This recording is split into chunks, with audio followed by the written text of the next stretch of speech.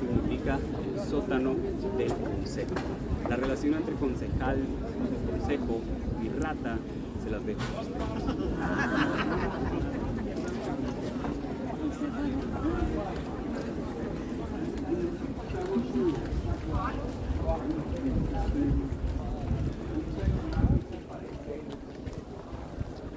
Un conquistador español. Se trata nada menos que de Don Juan de Austria, de quien quizás hayan oído hablar antes. Juan de Austria era un hijo ilegítimo del emperador Carlos V, que estaba visitando Ratisbona para una reunión parlamentaria para definir el futuro religioso del imperio. Los Habsburgo, como bien sabrán, eran los reyes de España. De hecho, Carlos V había sido Carlos I de España, abdicó al trono en favor de su hijo Felipe II para convertirse en el Sacro Emperador Romano. Y hago un paréntesis acá para no confundir el Sacro Imperio Romano con el Imperio Romano, que son dos imperios completamente distintos de dos épocas completamente diferentes. El Sacro Imperio Romano recibía el nombre de romano porque obedecía al Papa, lo mismo que el catolicismo romano. No tiene nada que ver con el Imperio Romano, sino con la ciudad de Roma, que, bueno, es la misma ciudad, pero no por la misma razón. Habiendo hecho esta aclaración, el rey Carlos I de España abdicó al trono cuando fue elegido Sacro Emperador Romano.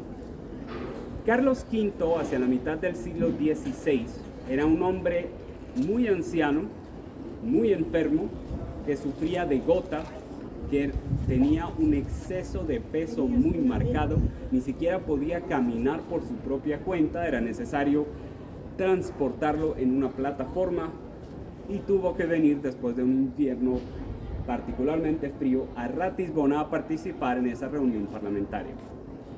La ciudadanía quiso presentarle entonces un regalo y le presentaron a una núbil jovencita de 18 años de edad. El emperador tenía 45 años. La mayor parte de la gente en el siglo XVI moría al cumplir los 40 años, de manera que 45 era un hombre de edad muy avanzada. Era necesario ser rey o emperador para llegar a esa edad.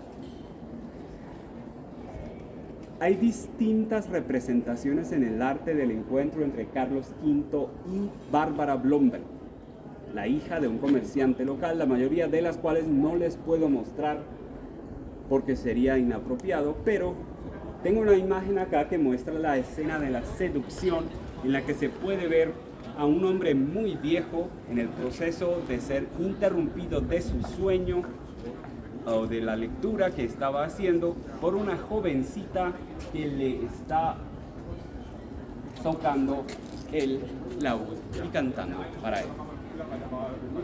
La verdad es que el señor no parece tener 45 años, ni ella parece tener 18, pero así es como se veía la gente en el siglo XVI. No existía tal escándalo por el hecho de que hubiera una diferencia de edad o porque ella fuera tan joven. La razón real por la que había un escándalo aquí era porque no estaban casados. Y ella muy claramente no iba a casarse con el emperador. Todo esto no era más que un truco que sería beneficioso para casi todas las partes involucradas. Para el emperador por razones obvias, pero además debido... siempre se me olvida cómo se dice eso en español.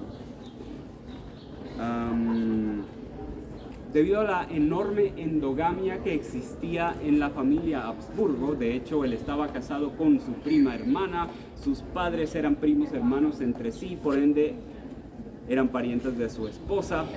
Tenía sentido mejorar la raza, literalmente, teniendo hijos en otra parte del imperio. Además, solo había tenido muy pocos hijos, me parece que 3 o 4, que son muy pocos para tener herederos al trono. Así que se dedicó a tener más hijos en esta parte del imperio.